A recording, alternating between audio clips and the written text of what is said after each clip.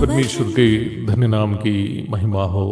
प्रभात मनन के सूत्र 2915 में आप सभी का बड़े प्रेम के साथ स्वागत करता हूँ। आइए आज का मनन के लिए हम पढ़ते हैं प्रकाशित वाक्य अध्याय 11 पद 18।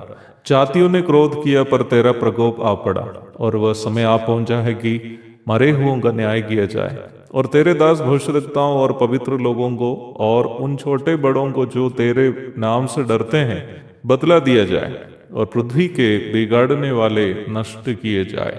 महाक्लेश काल के बारे में अध्ययन करते समय मेरे छोटे से दिमाग में बार बार आया हुआ एक सवाल था।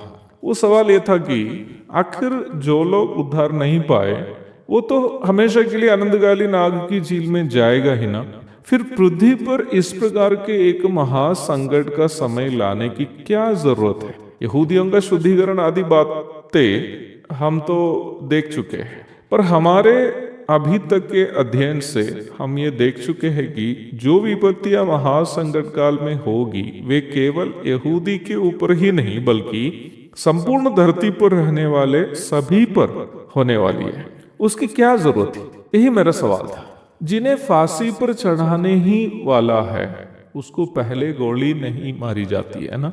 पर जब इस सवाल पर मैं मनन किया मुझे परमेश्वर के वचन से स्पष्ट जवाब मिला। निम्न जवाब का महत्व जैसे महाक्लेश काल में है वैसे ही उसके पूर्व के समय में भी है।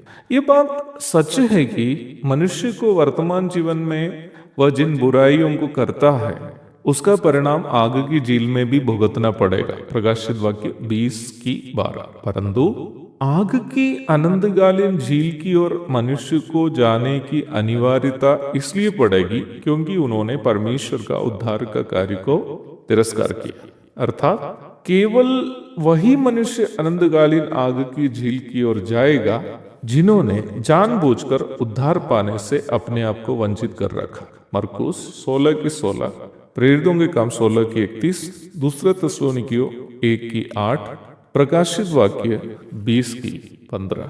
यदि ऐसी बात है तो वर्तमान धरती पर इस महाक्लेश काल क्यों होगा जिसका प्रभाव उन दिनों में धरती पर रहने वाले सभी पर सार्वजनिक रूप में होगा? इस प्रश्न का जवाब हम प्रारंभ में पढ़ी गई पद में देखते हैं। पद पर ध्यान दीजिएगा। हम पद के अंतिम भाग में इस प्रकार पढ़ते हैं, पृथ्वी के बिगाड़ने वाले नष्ट किए जाए। परमेश्वर ने बेडोल और सुनसान पड़ी धरती को सुंदर बनाकर उसकी देखरेख करने की जिम्मेदारी मनुष्य को दी थी। उत्पत्ति 2:15। परमेश्वर ने मनुष्य को 2 काम दिए। मनुष्य उसमें अर्थात धरती पर काम करे और उसकी रक्षा करे। Labouring and preserving were the 2 responsibilities God had entrusted upon man. परंतु पाप से प्रदूषित मनुष्य ने अपनी जिम्मेदारी का निर्वाह करने में बुरी तरह पराजित हो गया। परमेश्वर से दूर हुए मनुष्य अपनी जिम्मेदारी को भूल गया। मनुष्य के ही लाभ के लिए परमेश्वर ने पृथ्वी को बनाया था। यशायाह 45:18, प्रेरितों के काम 17:26। परंतु मनुष्य ने पृथ्वी का केवल शोषण किया। जिनके पास ताकत और धन थे वे धरती के अधिक हिस्से को अपने कब्जे में रखने लगे और जिनके पास ताकत और धन नहीं है वे बेघर तथा गरीब रह गए।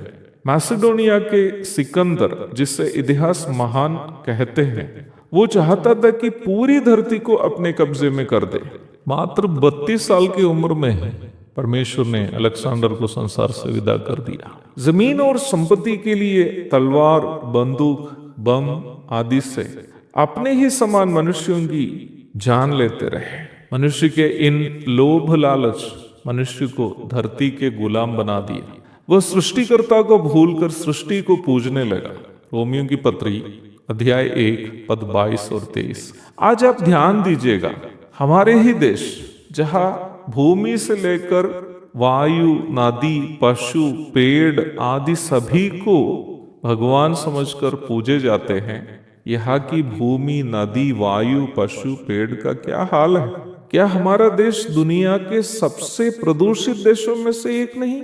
यह वायु को भगवान समझते हैं, लेकिन देश की राजधानी में भी शुद्ध वायु उपलब्ध नहीं है। जिस जानवर को मां मानते हैं वो सड़कों में भटकते रहते हैं। नदी नाले की हालात बोलने की जरूरत नहीं।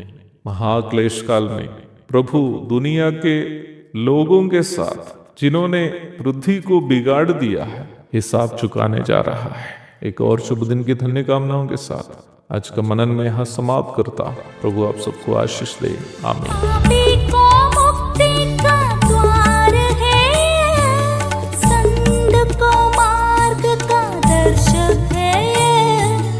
विश्वास जो करते हैं उसके लिए अनंत जीवन का साधन है। ये है वचन, प्यारा वचन, यीशु मसीह का प्यारा वचन। ये है वचन।